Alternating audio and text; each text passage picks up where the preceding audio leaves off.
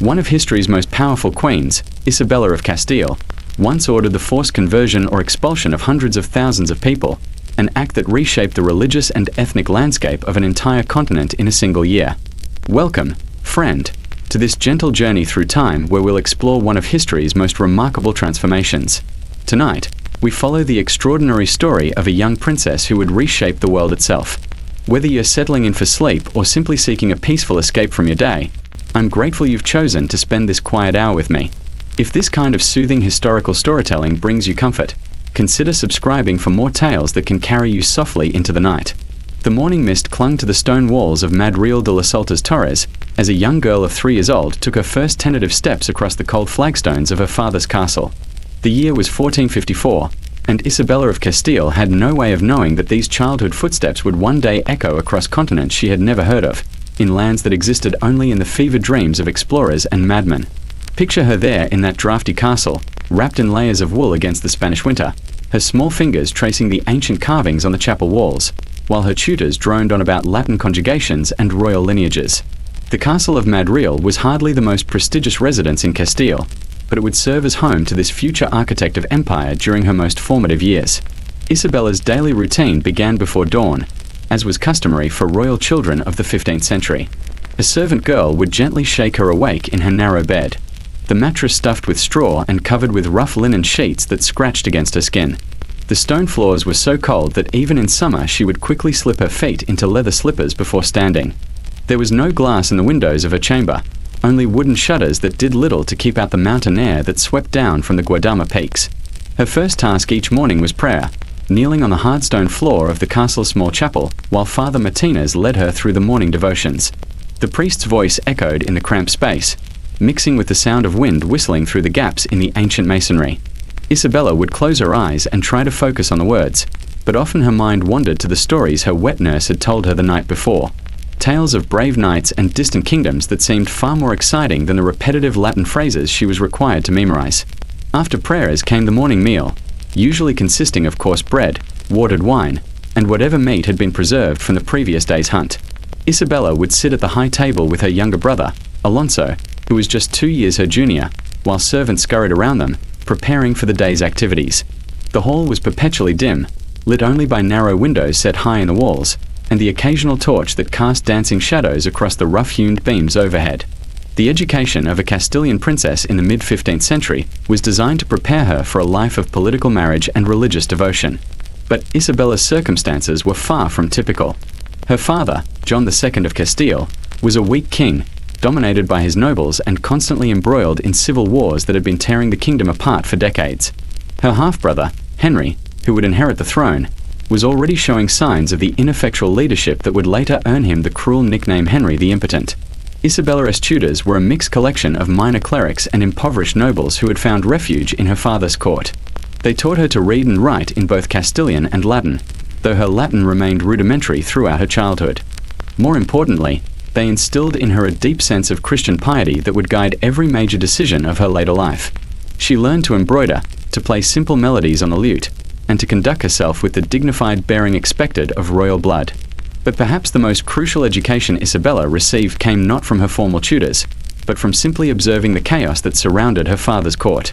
She watched as powerful nobles manipulated the weak king, extracting privileges and territories in exchange for temporary loyalty. She saw how the kingdom's finances were constantly strained by endless military campaigns that achieved nothing but further devastation. She witnessed the corruption of officials who enriched themselves while ordinary Castilians suffered under crushing tax burdens. In the afternoons, when her formal lessons were complete, Isabella would often climb to the highest tower of Madrigal Castle and gaze out across the vast Castilian landscape. The view from that tower encompassed rolling hills dotted with sheep, small villages where smoke rose from countless hearths, and in the distance the snow-capped peaks of the central mountain ranges that divided her father's kingdom. She could see the great roads that connected Castile to the rest of Europe, dusty arteries along which traveled merchants, pilgrims, and armies that brought news of the wider world. During these quiet moments of contemplation, Isabella began to develop the vision that would later transform not just Castile, but the entire known world. She understood instinctively that the fragmented, war-torn kingdom she was inheriting could become something far greater. The same geographic position that made Castile a crossroads for European trade and warfare could also make it the launching point for expeditions to lands beyond the horizon. The castle's library, though modest by the standards of great European courts, contained chronicles and maps that fired Isabella's imagination. She would spend hours poring over accounts of the Crusades, reading about Christian knights who had carried the faith to distant lands. She studied the writings of ancient geographers who described mysterious continents beyond the Western Sea. Most fascinating of all were the reports of Portuguese explorers who were beginning to round the coast of Africa in search of a sea route to the spice markets of the East. Isabella's relationship with her younger brother Alonso was particularly close during these formative years. The two children were natural allies in the complex world of court politics, and they spent countless hours together exploring every corner of Madrigal Castle. Alonso shared Isabella's intellectual curiosity, but lacked her driving ambition and steel-hard determination. He was content to listen to her increasingly sophisticated political theories, but he never displayed the ruthless pragmatism that would make his sister one of history's most effective rulers.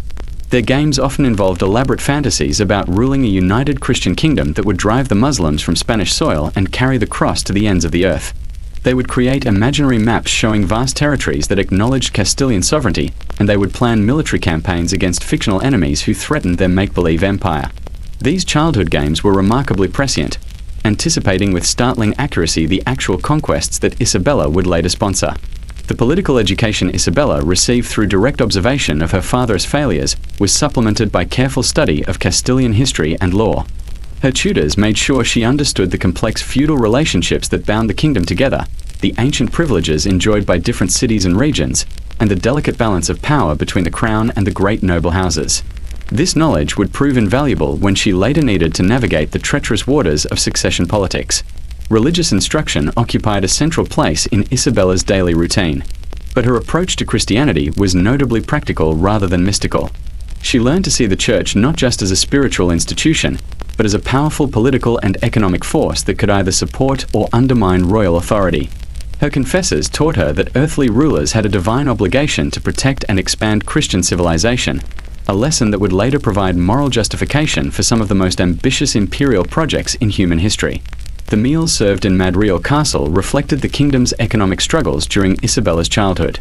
Even royal tables rarely featured the exotic spices and imported delicacies that graced the courts of France or England. Instead, the menu consisted mainly of local products: mutton from the castle's flocks, bread baked from Castilian wheat, wine from nearby vineyards, and olive oil pressed from groves that had been planted during the Roman occupation centuries earlier. This enforced simplicity taught Isabella to appreciate the natural wealth of her homeland, while also making her acutely aware of the kingdom's need for new sources of revenue. The servants who maintained Madrigal Castle came from the surrounding villages, and their conversations provided Isabella with insights into the daily struggles of ordinary Castilians. She learned about the crushing tax burdens imposed to fund her father's wars, the disruption caused by armies marching back and forth across the countryside, and the constant fear of raids by Muslim forces from the southern kingdom of Granada. These conversations help her understand that effective rulership required more than just military victory. It demanded policies that would improve the lives of common people. As Isabella grew from early childhood into adolescence, her daily routine gradually evolved to include more sophisticated political and diplomatic instruction. She began receiving visitors from other European courts, learning the subtle arts of negotiation and alliance building that were essential skills for any medieval ruler. These encounters taught her to evaluate potential allies and enemies with cold-eyed realism. Setting aside personal preferences in favor of strategic calculations, the correspondence that flowed through Madrigal Castle kept Isabella informed about developments throughout Europe and beyond. Letters from Rome brought news of papal politics and theological controversies. Reports from the Eastern Mediterranean described the expanding Ottoman Empire that threatened Christian Europe. Most intriguingly, dispatches from Portuguese courts contained tantalizing hints about African gold mines and sea routes to Asian markets that could revolutionize European trade.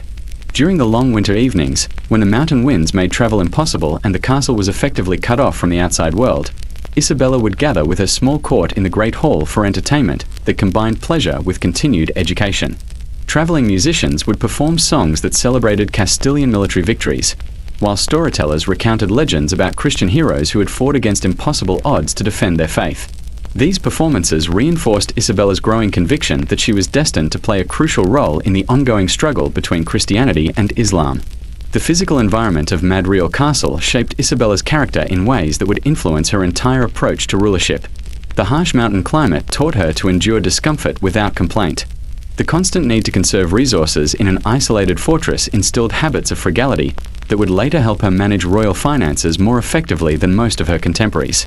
The defensive architecture that surrounded her daily life reinforced her understanding that political power ultimately rested on military strength and strategic positioning. As she entered her teenage years, Isabella began to grasp the full complexity of the political situation she would eventually inherit. Castile was not just weakened by internal divisions and external enemies. It was also falling behind in the great European competition for overseas expansion and trade. While Portuguese navigators were establishing footholds along the African coast and Italian city-states were financing expeditions to distant markets, Castile remained focused on the exhausting struggle to complete the reconquest of Islamic Spain. The princess who would one day commission Christopher Columbus and authorize the conquest of entire continents was taking shape during these formative years at Madrial Castle. Every aspect of her daily experience was preparing her for the extraordinary challenges that lay ahead, though she could hardly have imagined the scope of the transformation she would eventually orchestrate. The morning bells of Madrial would ring across the courtyard as Isabella approached her 13th birthday, their bronze voices carrying news that would forever alter the trajectory of her life. A messenger had arrived during the night, his horse lathered with sweat from the desperate ride across the Castilian plains, bearing word that her father, King John II, had finally succumbed to the illness that had been slowly consuming him for months. Isabella received this news while kneeling in the castle chapel, her hands clasped in prayer, as she had done every morning since childhood. The priest's voice faltered as he delivered the message, and for a moment the only sound in the small stone chamber was the whisper of wind through the narrow windows. The girl who would one day command fleets across unknown oceans remained perfectly still, her face betraying no emotion as she processed the implications of her father's death. With John II gone, her half-brother Henry ascended to the throne as Henry IV, a development that immediately transformed Isabella's position, from that of a relatively insignificant princess into a crucial piece in the deadly chess game of Castilian succession politics. Henry's reign had begun years earlier with great promise, but his inability to produce a legitimate heir and his increasingly erratic behavior had created a power vacuum that ambitious nobles were eager to exploit. The first major change in Isabella's life came with her relocation from the isolated castle of Madrial to the more sophisticated court at Segovia. The journey itself was an education in the complexities of royal logistics as a small entourage wound its way across the central plateau of Castile, stopping each night at castles and monasteries where local nobles paid their respects to the new king's sister.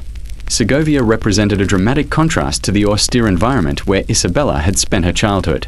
The Alcázar perched dramatically on its rocky promontory above the confluence of two rivers, its fairy tale towers and elaborate decorations reflecting the wealth and artistic sophistication that Castilian kings had accumulated during centuries of successful warfare against their Muslim neighbors. The palace's rooms were larger and more luxuriously appointed than anything Isabella had previously experienced, with tapestries depicting heroic battles, furniture inlaid with precious metals, and windows glazed with glass that allowed clear views of the surrounding countryside.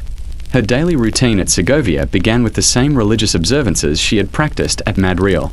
But the chapel here was far grander, with painted frescoes illustrating biblical scenes and an altar decorated with gold and silver vessels that reflected the flickering light of dozens of candles. The morning prayers were attended not just by Isabella and a handful of servants, but by a full congregation of courtiers, visiting dignitaries, and church officials who had gathered to pay their respects to the royal family. The meals served at Segovia's high table reflected the court's enhanced status and resources. Instead of simple bread and preserved meat, Isabella now dined on elaborate dishes prepared by skilled cooks who had learned their craft in the kitchens of Europe's most prestigious courts. Roasted peacocks were served with their feathers restored, creating spectacular displays that impressed visiting ambassadors. Imported wines from France and Germany complemented local varieties, while exotic spices from distant markets added flavors that Isabella had never before experienced. But perhaps the most significant change in Isabella's daily life was the dramatic expansion of her political education. At Segovia, she was exposed to a constant stream of ambassadors, military commanders, church officials, and noble representatives who came to negotiate with King Henry about matters ranging from local disputes to international treaties. Isabella was expected to attend many of these meetings, sitting silently at her brother's side, while absorbing lessons about statecraft that no book could provide. The conversations she witnessed revealed the full extent of Castile's problems and opportunities. Military commanders reported on the ongoing struggle against Granada, the last Muslim kingdom in Spain, describing both victories and setbacks in campaigns that had been continuing for generations. Church officials discussed the complex relationship between royal and papal authority, explaining how religious questions could become political weapons in the hands of skilled diplomats. Most fascinating of all were the reports from merchants and sea captains who brought news of Portuguese expeditions along the African coast and their discoveries of gold mines and trading posts that were generating enormous wealth. Isabella's formal education at Segovia was far more sophisticated than anything available at Madrid. Her new tutors included some of the most learned men in Castile, scholars who had studied at the great universities of Salamanca and Valladolid, and who could provide insights into law, theology, history, and natural philosophy that would prove invaluable in her later career. She learned to read Latin fluently enough to study classical texts in their original form, and she began to develop the analytical skills that would later enable her to evaluate complex political and military situations with remarkable clarity. The library at Segovia contained manuscripts and printed books that opened entirely new intellectual horizons for the teenage princess. She discovered the works of ancient geographers who had speculated about lands beyond the known world, and she studied contemporary accounts of Portuguese exploration that suggested these speculations might be more than mere fantasy. Most importantly, she encountered detailed analyses of successful kingdoms and empires throughout history, learning how effective rulers had managed to expand their territories, increase their revenues, and maintain the loyalty of their subjects. Her relationship with King Henry during this period was complex and often tense. The king was 29 years older than Isabella and had already established patterns of behavior that she found both personally distasteful and politically dangerous. His court was notorious for its moral laxity, with favorites who seemed more interested in personal enrichment than effective governance. Henry's marriage to Joanna of Portugal had produced a daughter whose legitimacy was widely questioned, creating a succession crisis that would eventually engulf the entire kingdom. Isabella's own marriage prospects became a subject of intense diplomatic negotiation during her years at Segovia. Various European princes were proposed as potential husbands, each alliance offering different strategic advantages and disadvantages for Castile. The King of Portugal sought to strengthen his influence over Castilian affairs by proposing his own brother as Isabella's husband. The King of France suggested one of his younger sons, hoping to create an alliance that would encircle their mutual enemy, the Kingdom of Aragon. Even representatives of the Holy Roman Emperor explored the possibility of a marriage that would bind Castile to the Habsburg cause. But Isabella had begun to develop her own ideas about marriage and political alliance, ideas that would prove far more ambitious than anything her advisors had imagined. She understood that the right marriage could provide not just personal security but the foundation for a partnership that could transform Castile from a fragmented, war-torn kingdom into the dominant power in Christian Europe. The prince she had in mind was Ferdinand of Aragon, heir to a kingdom that controlled extensive territories in the western Mediterranean and maintained trading connections throughout the known world. The daily life of a teenage princess at Segovia included elaborate ceremonial obligations that served both to reinforce royal dignity and to provide training in the performance of majesty that would be essential for effective rulership. Isabella learned to move with the measured grace expected of royalty, to speak in the formal cadences appropriate to state occasions, and to maintain the emotional control necessary for public appearances, even during times of personal or political crisis. Her wardrobe reflected her elevated status, with gowns made from imported silks and decorated with precious metals and gems that demonstrated Castilian wealth and sophistication. But Isabella was already developing the preference for relative simplicity that would characterize her mature style, choosing clothes that were elegant rather than ostentatious and avoiding the excessive luxury that she associated with political weakness and moral corruption. The musical education she received at Segovia introduced her to sophisticated compositions from throughout Europe. But she showed particular interest in the martial music of Castile, songs that celebrated military victories and religious devotion in equal measure. These musical preferences reflected her growing conviction that her destiny lay not in the refined pleasures of courtly life, but in the hard work of conquest and empire building. That would require both spiritual dedication and military prowess. As Isabella approached her 17th birthday, the political situation in Castile was becoming increasingly unstable. King Henry's failures as a ruler had created opportunities for powerful nobles who sought to enhance their own positions at the expense of royal authority. The question of succession loomed larger with each passing month, as it became clear that Henry was unlikely to produce a legitimate male heir who could unite the kingdom under strong leadership. The princess, who had begun her life in the modest castle of Madrid, was now positioned at the center of European diplomacy, her marriage prospects discussed in royal courts from London to Constantinople. But Isabella had already begun to formulate plans that would exceed the wildest ambitions of her potential suitors. dreams of empire that would carry Castilian power to continents that existed only in the speculations of visionary geographers and the prayers of ambitious missionaries. The negotiations for Isabella's marriage to Ferdinand of Aragon required a level of diplomatic secrecy that would have impressed even the most seasoned ambassadors of Renaissance Europe. Throughout the winter of 1468, coded messages passed between Segovia and the Aragonese court, carried by merchants who appeared to be conducting routine business, but were actually orchestrating one of the most consequential political alliances in European history. Isabella's daily routine during this period involved careful preparation for meetings that officially never took place. She would rise before dawn and make her way through the castle's shadowy corridors to a small chamber where trusted advisors briefed her on the latest developments in the marriage negotiations. These conversations had to be conducted in whispers, as King Henry had explicitly forbidden any discussion of a union with Aragon, preferring instead to pursue an alliance with Portugal that would serve his own political interests rather than those of Castile. The deception required Isabella to maintain a perfect facade of obedience during her public appearances at court. She would attend morning mass with her usual devotion, participate in ceremonial meals with appropriate dignity, and engage in the elaborate social rituals that filled the days of royal. But behind closed doors, Isabella was a different person. She became a master of political maneuvering. She was adept at subtle resistance. Her resolve hardened with each passing day. The spring of 1469 brought a renewed urgency to the secret negotiations. King Henry's health was failing. His hold on power weakened. The Castilian nobility was fracturing into rival factions. Each faction sought to place its favored candidate on the throne. Isabella knew her window of opportunity was closing. She had to act decisively. The plan for her clandestine marriage to Ferdinand of Aragon was audacious. It carried immense risks. Ferdinand would have to travel secretly across enemy territory. He had to cross from Aragon into Castile. He would be disguised as a merchant. Isabella would need to escape Segovia. She had to escape without raising suspicion.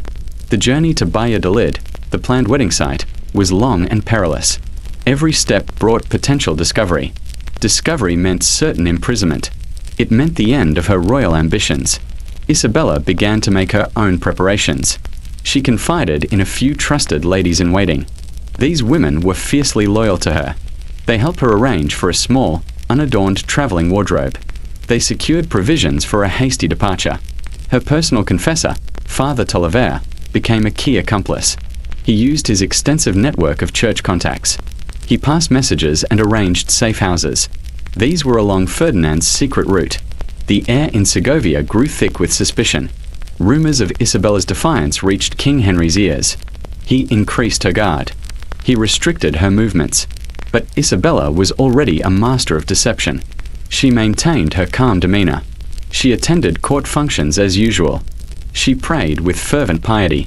On the night of October 6, 1469, a dense fog rolled in from the rivers.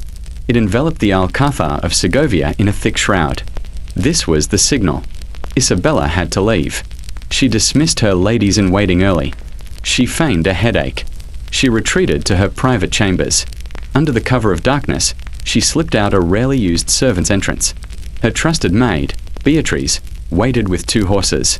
They rode silently through the deserted streets of Segovia. The fog muffled the horses' hooves. It hid them from view. Their destination was a small, secluded monastery outside the city walls. This was their first safe house. They reached it just before dawn. Inside, a carriage waited. It was a simple, unmarked conveyance. It was designed to blend in with ordinary merchant traffic. Isabella exchanged her royal gown for plain clothes. She wore a heavy cloak with a deep hood. She was no longer a princess. She was just another traveler on the road. The journey to Valladolid was fraught with tension. They traveled only at night. They rested in obscure villages during the day. Father Tolliver's network proved invaluable. They received fresh horses. They had warm meals. They had warnings about Henry's patrols. Meanwhile, Ferdinand's journey was even more dangerous. He traversed mountains and plains. He avoided royal garrisons. He narrowly escaped detection multiple times. His disguise was convincing. His courage was unwavering. He was driven by the same ambition as Isabella. He sought to unite their kingdoms. He dreamt of a powerful, unified Spain. On October 18, 1469, Isabella arrived in Valladolid. She was exhausted. She was exhilarated. She met Ferdinand for the first time in person. He had arrived just hours earlier. He stood before her, a young man of 17, with keen eyes and a determined jaw. Their meeting was brief. It was filled with mutual understanding. It was a shared sense of destiny. The wedding ceremony took place on October 19, 1469. It was held in the Palacio de los Vivero in Valladolid. It was a modest affair. Only a small group of trusted witnesses attended. There were no elaborate feasts. There were no grand celebrations. They exchanged their vows in hushed tones. The words sealed a political alliance. They cemented a personal partnership. This union would change the course of history. The marriage was a direct challenge to King Henry IV. He was furious when he received the news. He immediately declared Isabella disinherited. He named his daughter Joanna as his rightful heir. This act ignited a full-blown succession crisis. It plunged Castile into civil war. Isabella and Ferdinand faced immense challenges. Their treasury was depleted. Their military forces were limited. Many powerful nobles remained loyal to Henry. Others were simply opportunistic. They shifted their allegiances based on advantage. But Isabella had learned from her father's weaknesses. She understood the importance of strong leadership. She knew the value of personal charisma. She began to rally support for her cause. She traveled across Castile. She met with town councils. She addressed local militias.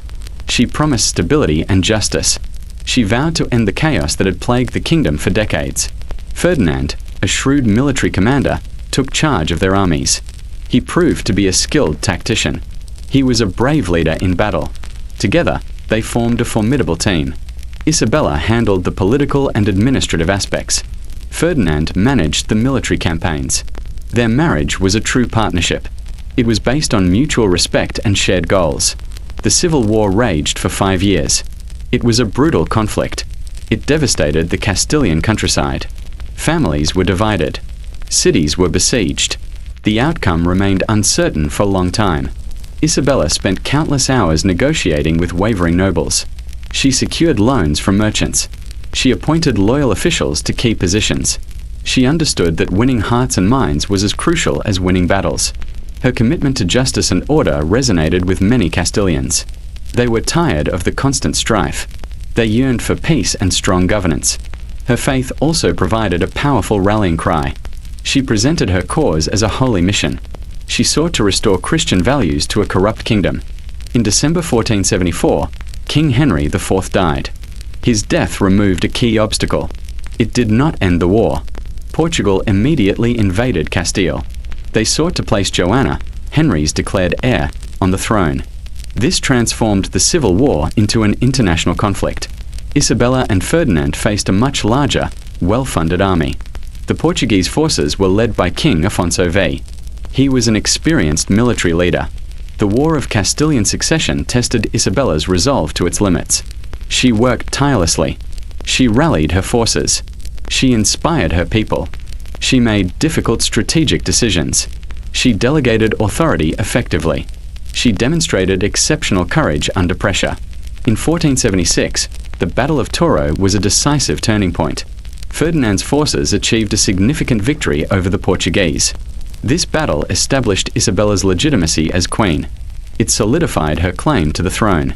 The war continued for another 3 years. It was characterized by sieges and skirmishes. Finally, in 1479, the Treaty of Alcacovas was signed. This treaty formally recognized Isabella as the Queen of Castile. It cemented Ferdinand as king consort. It ended the succession crisis. It brought a fragile peace to the war-torn kingdom. Isabella was now Queen of Castile. She was 28 years old. She had achieved her ambition. She had overcome seemingly insurmountable odds. Her first task was to restore order and stability. She had to rebuild a kingdom devastated by years of conflict. She immediately embarked on a series of sweeping reforms. These reforms aimed to strengthen royal authority. They sought to centralize power. They looked to improve justice. She began by curbing the power of the great nobles. She reasserted the crown's control over vast territories. She dismantled their private armies. She appointed royal officials to govern cities previously dominated by local aristocrats. She established the Santa Hermandad. This was a national police force. It was charged with maintaining law and order. It suppressed banditry. It punished crime. This brought a new sense of security to the countryside. For the first time in decades, ordinary Castilians could travel safely. They could conduct their business without fear. Isabella also reformed the judicial system. She created a more efficient appeals process. She ensured that justice was administered fairly. She often rode through the kingdom herself. She heard petitions from her subjects directly. Her personal involvement in governance earned her deep loyalty. It fostered respect from her people. Her reforms extended to the economy.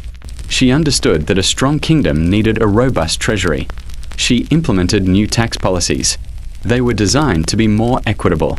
They generated greater revenue for the crown. She encouraged trade and commerce. She protected merchants from predatory nobles. She invested in infrastructure projects. These projects improved roads and bridges. These improvements facilitated the movement of goods. Isabella's reign marked a period of unprecedented economic growth. Castile began to flourish after decades of decline. Her dedication to religious reform was equally profound. She believed that a pure and unified faith was essential for a strong kingdom. She sought to reform the Castilian Church. She wanted to eliminate corruption. She aimed to raise the moral standards of the clergy. She appointed devout and learned men to bishoprics.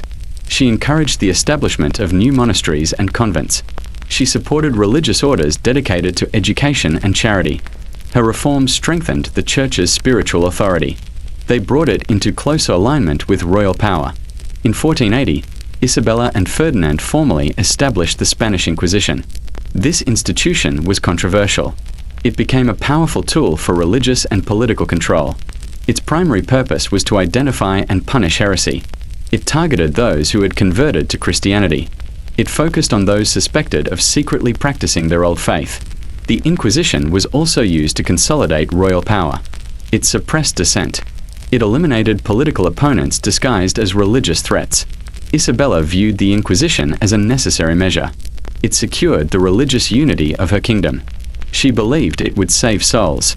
It would protect the purity of the Catholic faith. The most ambitious project of Isabella's reign was the complete reconquest of Granada. Granada was the last Muslim kingdom in Spain.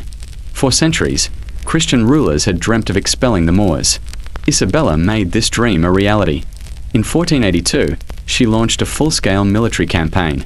It was aimed at conquering Granada. She threw the full resources of Castile into the war effort. Ferdinand led the armies, but Isabella was the driving force behind the campaign. She organized logistics. She raised funds. She ensured a steady supply of men and material. The war for Granada was long and arduous. It lasted for 10 years. It involved numerous sieges and battles. The mountainous terrain made conquest difficult. The Nasrid rulers of Granada were formidable opponents. Their cities were well fortified. Their armies were determined. But Isabella's resolve never wavered. She spent months at a time on the front lines. She oversaw the construction of new siege engines. She personally inspected supply lines. Her presence inspired her troops. It demonstrated her unwavering commitment. In 1486, the city of Ronda fell. It was a key strategic victory. In 1487, Malaga was captured after a brutal siege. The Christian forces steadily advanced. They tightened their grip on the kingdom. In 1491, the final siege of Granada city began. Isabella established a new city nearby. It was called Santa Fe. It served as a permanent base for her army. This move signaled her determination. She would not leave until Granada was conquered. The city of Granada finally surrendered on January 2nd, 1492. Boabdil, the last Nasrid Sultan, handed over the keys of the Alhambra Palace. This marked the end of Muslim rule in Spain. It was a momentous achievement. It fulfilled a centuries-old Christian ambition. The fall of Granada ushered in a new era for Spain. It was a period of religious fervor. It was a time of national unity. Isabella and Ferdinand became known as the Catholic monarchs. This title was bestowed upon them by the Pope. It recognized their role in expanding Christianity. They were now the rulers of a unified Spain. This was a kingdom poised for greatness. But the year 1492 held another pivotal event. It would overshadow even the conquest of Granada. It would forever change the world. It began with an audacious proposal. It came from an obscure Genoese navigator. His name was Christopher Columbus. Columbus had a dream. He wanted to find a western sea route to Asia. He sought to avoid the long and dangerous overland routes. He also aimed to bypass the Portuguese monopoly on the African route. He had spent years seeking royal patronage. He presented his plan to various European courts. He was repeatedly rejected. His calculations were deemed unsound. His demands for titles and riches were considered excessive. He finally arrived in Castile in 1486. He sought an audience with Isabella and Ferdinand. Isabella was initially skeptical. Her advisors were also dismissive of Columbus's theories. They cited the prevailing scientific consensus. They pointed out the vast distances involved. They highlighted the unknown dangers of the open ocean. But something about Columbus captivated Isabella. Perhaps it was his unwavering conviction. Perhaps it was his bold vision. She saw the potential for immense wealth. She recognized the opportunity to spread Christianity. She also understood the strategic advantage. This voyage could give Castile over its rivals. 4 years, Columbus's petition remained on the royal agenda. It was debated by scholars and courtiers. The war in Granada consumed most of Castile's resources. Isabella could not afford to fund such a risky venture. She promised Columbus that she would reconsider his proposal. This would happen once the war was over. With the fall of Granada, that promise came due. Columbus was on the verge of giving up. He was preparing to leave Spain. But Isabella made a final, fateful decision. She overruled her skeptical advisors. She decided to personally fund the expedition. She pledged to pawn her crown jewels if necessary. This was a bold move. It demonstrated her visionary leadership. It showed her willingness to take calculated risks. Her commitment secured the necessary funds. It gave Columbus the royal mandate he needed. 3 small ships were outfitted. They were named the Nina, the Pinta, and the Santa Maria. Provisions were loaded. Sailors were recruited. They departed from Palos de la Frontera on August 3, 1492. They sailed west into the unknown. Isabella followed the voyage with intense interest. She awaited news from the distant horizon. She had no way of knowing the true impact of her decision. She did not know that Columbus would not reach Asia. He would instead discover a new continent. This discovery would be entirely unexpected. It would transform the world. On October 12, 1492, Columbus made landfall. He landed on an island in the Caribbean. He claimed it for Castile. He named it San Salvador. He believed he had reached the East Indies. He called the native inhabitants Indians. When news of Columbus's discovery reached Spain, it sent shockwaves across Europe. Isabella and Ferdinand were elated. They immediately understood the profound implications. This was not just a new trade route. It was an entirely new world. They immediately summoned Columbus to court. They listened eagerly to his reports. They examined the gold and exotic goods he brought back. They saw the native peoples he presented. Isabella, ever the pragmatist, saw both opportunity and responsibility. She immediately began planning for further expeditions. She sought to secure Castilian claims to these new lands. The papal bulls of donation, issued by Pope Alexander VI, granted Spain sovereignty over most of the newly discovered lands. This set the stage for further exploration and conquest. The Treaty of Tordesillas, signed in 1494, divided the non-European world between Spain and Portugal. It was an audacious act. It redrew the global map. It was done without consulting any other European powers. Isabella meticulously oversaw the organization of future voyages. She established the Casa de Contratación in Seville. This was a central clearinghouse for all colonial trade. It regulated commerce with the New World. It ensured royal control over colonial revenues. She issued detailed instructions to her colonial governors. She emphasized the importance of converting the native populations to Christianity. She also stressed the need to treat them fairly. Her intentions were often at odds with the brutal realities of conquest. Spanish conquistadors, driven by greed, often exploited and enslaved indigenous peoples. Isabella, though far away, tried to mitigate the worst abuses. She issued decrees protecting the rights of native populations. She sent missionaries to the New World. They were tasked with evangelizing and educating. Her later years were filled with personal tragedies. The deaths of several of her children brought her profound grief. The marriage of her eldest daughter, Isabella, to the King of Portugal, ended in heartbreak. Her only son, Juan, heir to both Castile and Aragon, died young. This left the succession in doubt. Her daughter Joanna, known as Joanna the Mad, suffered from mental instability. This further complicated the issue of succession. Despite these personal sorrows, Isabella continued to govern with strength and wisdom. She cemented the foundation of a unified Spain. She laid the groundwork for a vast global empire. She saw the new territories not just as sources of wealth. She saw them as an extension of God's kingdom. She believed Castile had a divine mission. It was to spread the Catholic faith across the globe. Her vision transcended mere political ambition. It was intertwined with her deep religious convictions.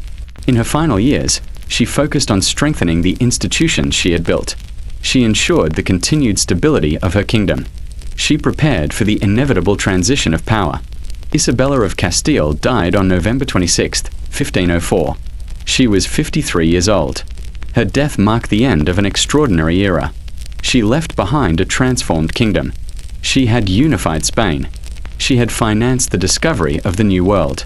She had established the foundations of a global empire. Her legacy was complex. It was a mix of religious zeal and ruthless pragmatism. It was visionary leadership and sometimes harsh policies.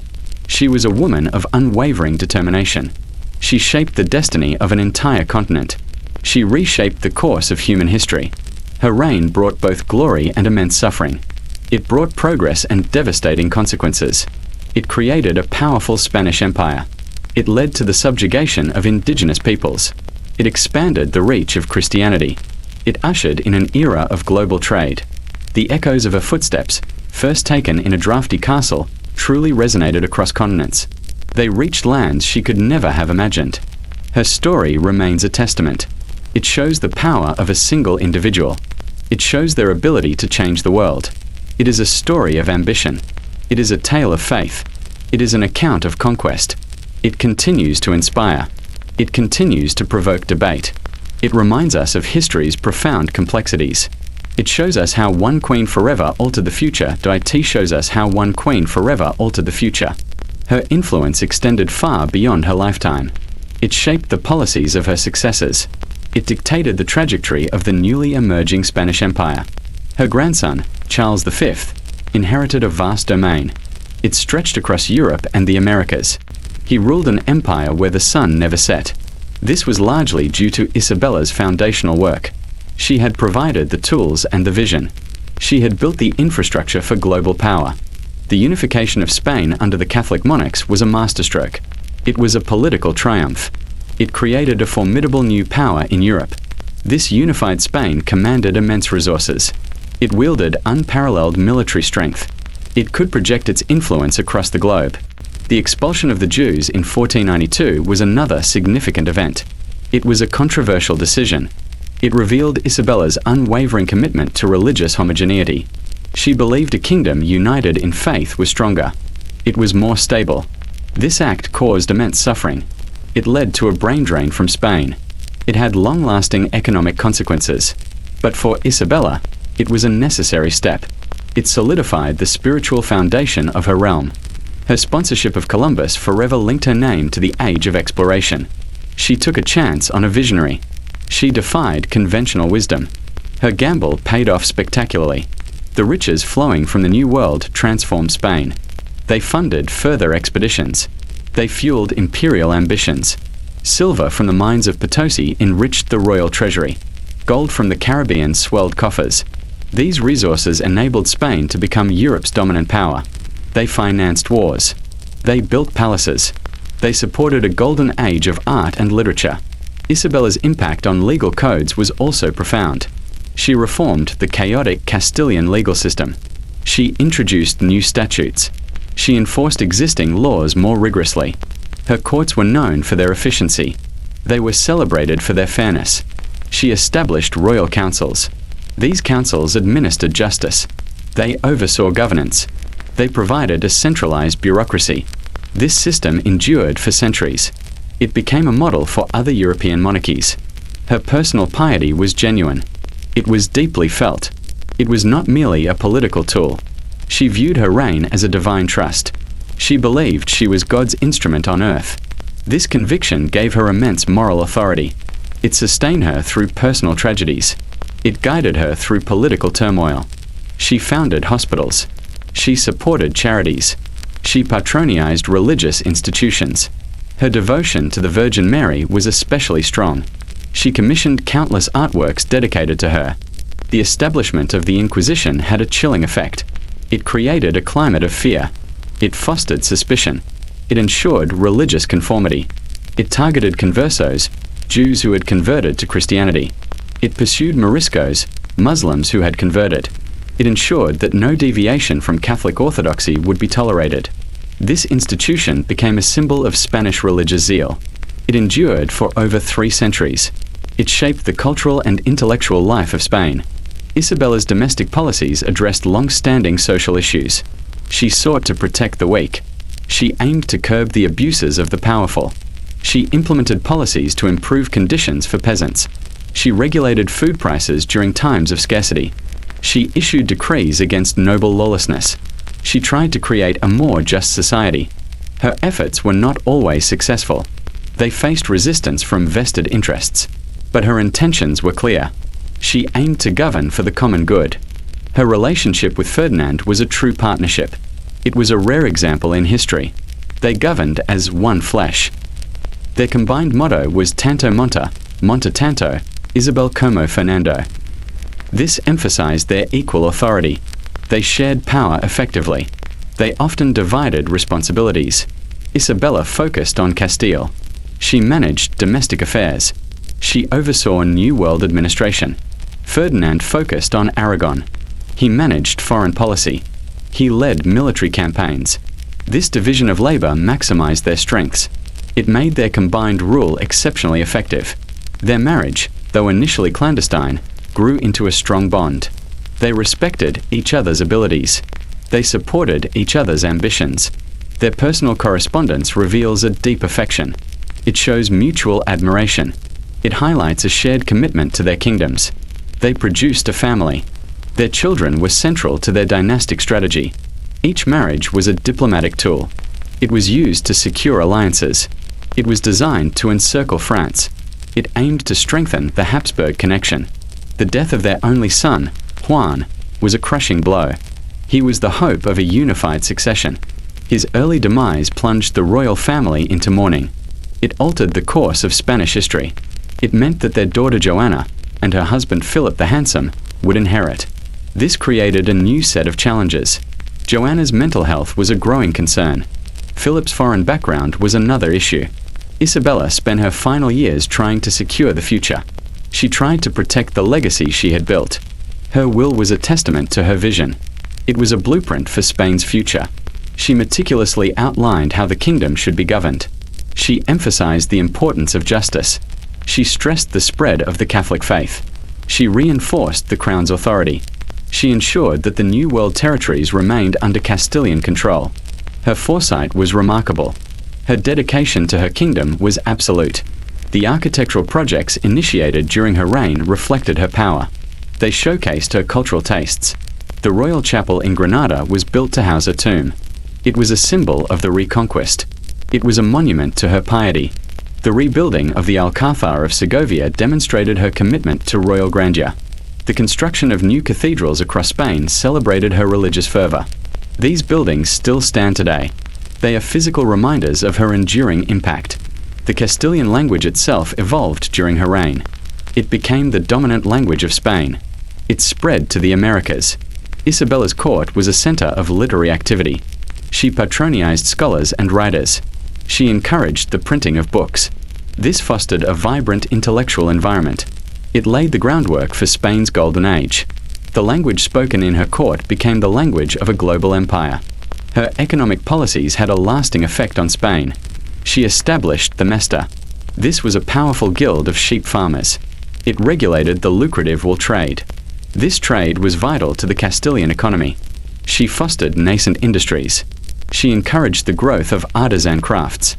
She created a more stable economic environment. This stability allowed for unprecedented growth. It provided the resources for imperial expansion. The political institutions she created endured for centuries. The Council of Castile became the supreme administrative and judicial body. It advised the monarch. It implemented royal decrees. The Santa Hermandad continued to maintain order. It suppressed crime. It ensured internal security. These centralized institutions strengthened the monarchy. They reduced the power of fractious nobles. They allowed for more effective governance. Her diplomatic efforts were relentless. She forged alliances across Europe. She negotiated treaties. She used marriages to secure political advantage. She played a crucial role in shaping the European balance of power. Her political acumen was widely recognized. Her strength of will was legendary. She earned the respect, and sometimes the fear, of other European rulers. The legend of Isabella grew immediately after her death. She became a figure of national pride. She was seen as the architect of modern Spain. Her image was cultivated by later monarchs. It was presented as a model of ideal queenship.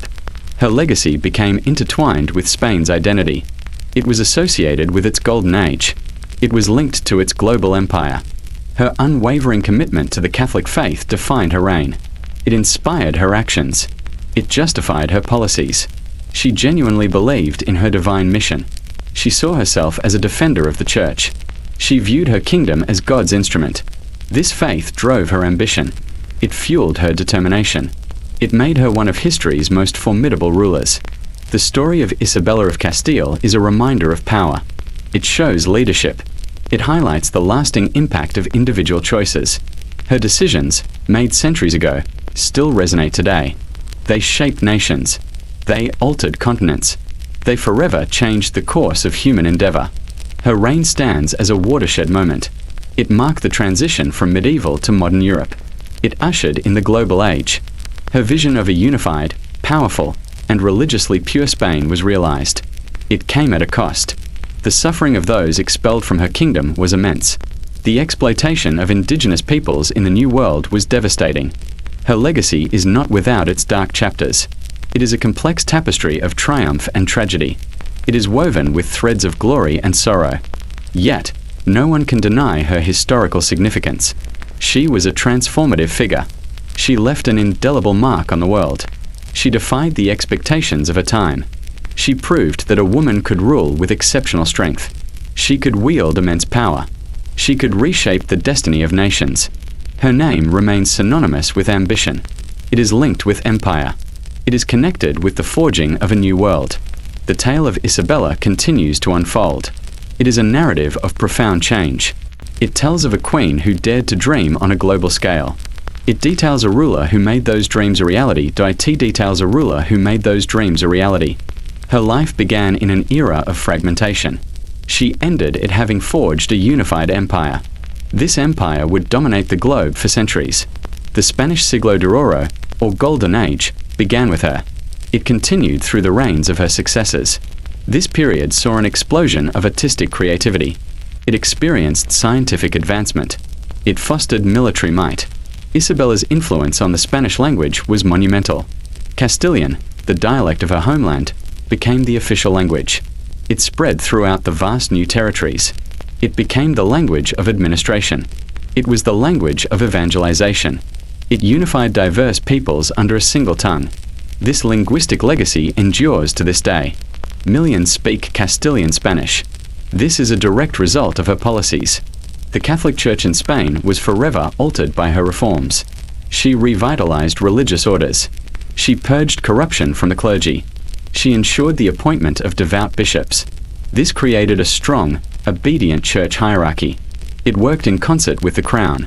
This partnership was a unique feature of Spanish governance. It gave the monarchs immense spiritual authority. It reinforced their political power.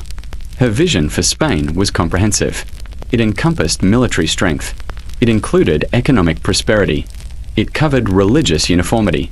It sought territorial expansion. She saw all these elements as interconnected. Each piece contributed to a greater whole. This holistic approach made her rule exceptionally effective. It laid the groundwork for Spain's future greatness. The conquest of Granada was more than a military victory. It was a symbolic triumph. It marked the culmination of the Reconquista. It signified the triumph of Christian Spain. It unified the Iberian Peninsula culturally. It provided a powerful narrative for national identity. This narrative fueled Spanish imperial ambitions for generations. It served as a blueprint for future conquests. The discovery of the New World was her most famous act. It opened up unforeseen possibilities. It ignited a period of global exchange. This exchange involved goods and ideas. It included diseases and technologies. It fundamentally reshaped human civilization. The flow of silver and gold from America transformed European economies. It sparked inflation across the continent. It provided Spain with unmatched wealth. Isabella understood the strategic importance of the Canary Islands. She secured Castilian claims to them. They served as a crucial staging post. They provided supplies and refuge for voyages. They were a vital link in the Atlantic trade winds. This foresight was critical for ocean exploration. It enabled Columbus's success. It facilitated subsequent expeditions. Her personal characteristics were central to her success. Her unwavering faith was paramount. Her strong will was legendary. Her keen intellect guided her decisions. Her tireless work ethic inspired her court. She was known for her austerity. She avoided excessive luxury. This contrasted sharply with other European monarchs. It fostered respect from her subjects. The establishment of the University of Alcalá de Henares was another legacy. It was founded in 1499. It became a center of humanist learning. It promoted the study of theology. It encouraged the advancement of the sciences. This institution educated generations of Spanish scholars. It solidified Spain's intellectual standing in Europe. It trained missionaries for the New World. Isabella's concern for justice extended to the New World. She issued the Laws of Burgos in 1512. These laws attempted to regulate Spanish treatment of indigenous peoples. They acknowledged the humanity of native populations. They sought to protect them from exploitation. They mandated religious instruction. These laws were often ignored by conquistadors, but they represented an early attempt at colonial ethics. They reflected Isabella's moral compass. Her careful management of royal finances was exceptional. She inherited a kingdom in disarray. Its treasury was bankrupt. Its revenues were pledged away. She reformed the tax system. She reduced royal debt. She introduced fiscal discipline. This created a solvent monarchy. It could fund ambitious projects. It financed wars and expeditions. The Royal Council was a pivotal institution. She strengthened its role. She appointed skilled jurists and administrators. It became the primary instrument of royal power. It centralized governance. It bypassed the influence of rebellious nobles. This council continued to serve the Spanish crown for centuries. It ensured continuity of policy. Her legacy also included the promotion of women in scholarship. She encouraged female education. She sponsored learned women at court. Beatriz Galindo was one example. She was Isabella's tutor. She became an influential advisor. This was unusual for the era. It demonstrated Isabella's progressive outlook. It reflected her own intellectual curiosity. The development of the Spanish Navy was crucial. She invested in shipbuilding. She funded naval expeditions. This allowed Spain to project power overseas. It protected trade routes. It facilitated colonial expansion. Her strategic vision encompassed maritime dominance. This laid the groundwork for Spain's later naval might. Her reign marked a shift in geopolitical power. Spain emerged as a global superpower. It challenged the dominance of Portugal. It exerted influence over Italy. It reshaped the balance of power in Europe. The world was no longer centered on the Mediterranean. The Atlantic became the new highway of empire. Isabella steered Spain onto this new path. The Catholic monarch's diplomacy was intricate. They established embassies in foreign courts. They cultivated alliances. They engaged in complex negotiations. Their marriage alliances were particularly effective. They bound Spain to other powerful dynasties. They secured Spain's position in Europe. This diplomatic skill was a hallmark of their reign. The Castilian nobility, once a threat, was brought to heel. Isabella used a mix of coercion and co-option. She rewarded loyalty. She punished defiance. She allowed them to serve in her administration. She integrated them into her military. This transformed fractious warlords into loyal servants of the crown. It created a more stable internal environment. Isabella's personal strength was evident in her parenting. She educated her children rigorously. She prepared them for dynastic marriages. She instilled in them a sense of duty. The challenges faced by her daughter Joanna were immense. Isabella tried to manage her mental health. She worked to secure the succession. Her maternal concern was intertwined with statecraft. The royal chapel in Granada, where she rests, is a powerful symbol. It houses her remains. It holds Ferdinand's. It contains their daughter Joanna's. It commemorates their legacy. It reminds visitors of their accomplishments. It speaks of their unwavering faith. It stands as a testament to their ambition. The reverberations of her reign continue to be felt. Debates about her policies persist. Scholars analyze her decisions. Historians interpret her motives. Her story remains a subject of intense study. It offers lessons about leadership. It provides insights into empire building. It reveals the complexities of history. Her name, Isabella of Castile, conjures images of power. It suggests ambition. It speaks of a woman who defied limitations. She reshaped the world. Her legacy is vast. It is undeniable. It is intricately woven into the fabric of modern history. Her story is a testament to the human spirit. It shows its capacity for both creation and destruction. It is a narrative of profound transformation. It echoes through time. It continues to inspire. It continues to challenge. It compels us to understand the past. It urges us to reflect on its consequences. It asks us to consider the enduring impact of a single, extraordinary life. Her impact was indelible. It stretched across continents. It spanned generations. It defined an era. This was the dawn of a new world. This was Isabella's world. This was Isabella's world. It was a world she had meticulously crafted. It was shaped by her unwavering will. It was forged by her deep faith. The year 1504 marked her death, but her influence did not wane. Her vision lived on through her heirs. Her policies continued to guide Spain.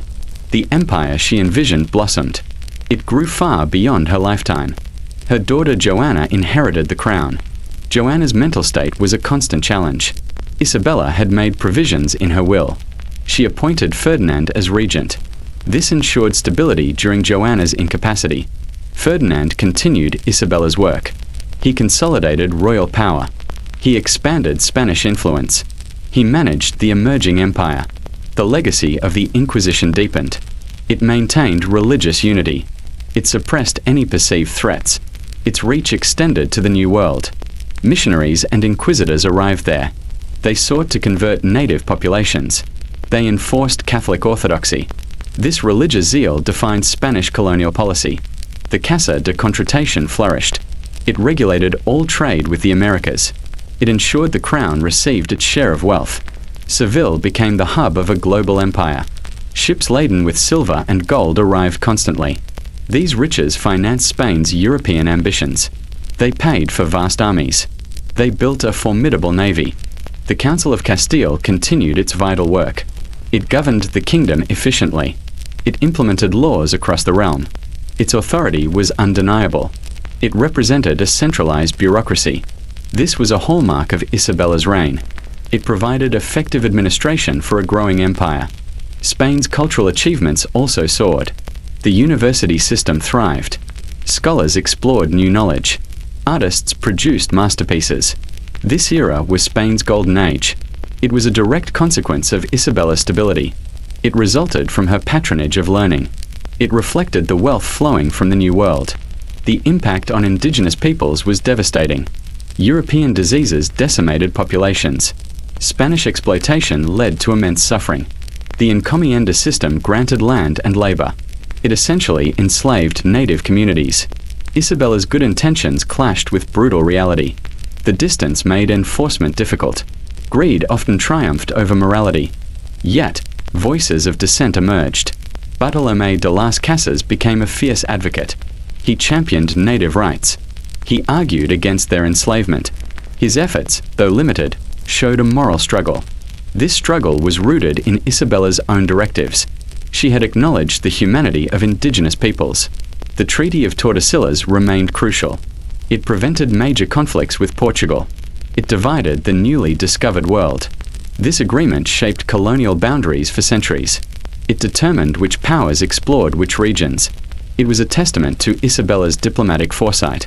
The Spanish Armada, built later, had its roots in her naval investments. She understood the importance of sea power. She knew it secured trade routes. She realized it protected her growing empire. Her foresight ensured Spain's maritime dominance. It made Spain a global naval power. Her children's marriages bore fruit. Her grandson, Charles V, inherited an astonishing empire. He ruled Spain, the Netherlands, and Austria. He controlled vast territories in the Americas. He was Holy Roman Emperor. This global dominion was Isabella's ultimate legacy. She had woven the dynastic threads. She had laid the territorial foundations. The Castilian language continued its global spread. It became the language of empire. It was spoken from Seville to Mexico City. It was heard in Lima and Manila. This linguistic expansion was unparalleled. It united vast and diverse regions. It fostered a common cultural identity. The concept of a unified Spain became deeply embedded. It was no longer just a political arrangement. It was a cultural reality. Isabella and Ferdinand had created a nation. They provided a shared history. They forged a common purpose. This national identity endured. It survived centuries of challenges. The royal chapel in Granada became a pilgrimage site. Visitors came to honor the Catholic monarchs. They reflected on their achievements. They sought inspiration from their reign. Their tombs symbolized the Reconquist's triumph. They represented the dawn of a new Spain. Isabella's personal characteristics became legendary. Her intelligence was widely admired. Her piety was deeply respected. Her political acumen was unparalleled. She became an archetype of the strong female ruler. Her story inspired future generations. It influenced queens and empresses across Europe. The long-term economic impact was profound. The influx of New World silver led to price inflation. This benefited some. It impoverished others. It stimulated trade. It fueled capitalism. It changed the economic landscape of Europe. Spain became a dominant economic power. The administrative structures she created proved resilient. The royal councils, the corregidors, the chancilleries. These institutions governed the empire effectively. They provided a framework for centralized control. They managed a vast and complex dominion. Her religious fervor shaped her nation's identity. Spain became the bastion of Catholicism. It was a champion of the Counter-Reformation. This religious conviction permeated all aspects of Spanish life. It influenced art, literature, and foreign policy. The figure of Isabella herself became a myth. She was often portrayed as a perfect queen. She was depicted as divinely chosen. This heroic narrative served political purposes. It legitimized the Spanish Empire. It reinforced the monarchy's authority. However, modern historical analysis presents a more nuanced view. Scholars acknowledge her brilliance. They recognize her achievements. They also confront the darker aspects of her reign. The expulsions, the Inquisition, the colonial brutality. These elements are part of her complex legacy. Her story forces us to grapple with history's dualities. It shows how progress can be built on suffering. It reveals how noble intentions can yield terrible consequences. It highlights the vast power held by individuals. It demonstrates their capacity to shape entire civilizations. The echoes of Isabella's decisions resonate even now. The borders of nations still reflect her treaties. The languages spoken in continents hark back to her reign. The religious landscapes of vast regions bear her indelible mark. Her era truly was a turning point. It pivoted the world towards modernity. She was a monarch who broke molds. She challenged expectations. She proved that a woman could govern with exceptional strength. She left an empire that spanned the globe. She instilled a national identity that endures. Her extraordinary life continues to captivate. It compels us to understand its profound impact. It forces us to confront the past's complexities. It reminds us of the enduring power of human will. It speaks of a queen who dared to dream of a united world. It details a ruler who made those dreams reality.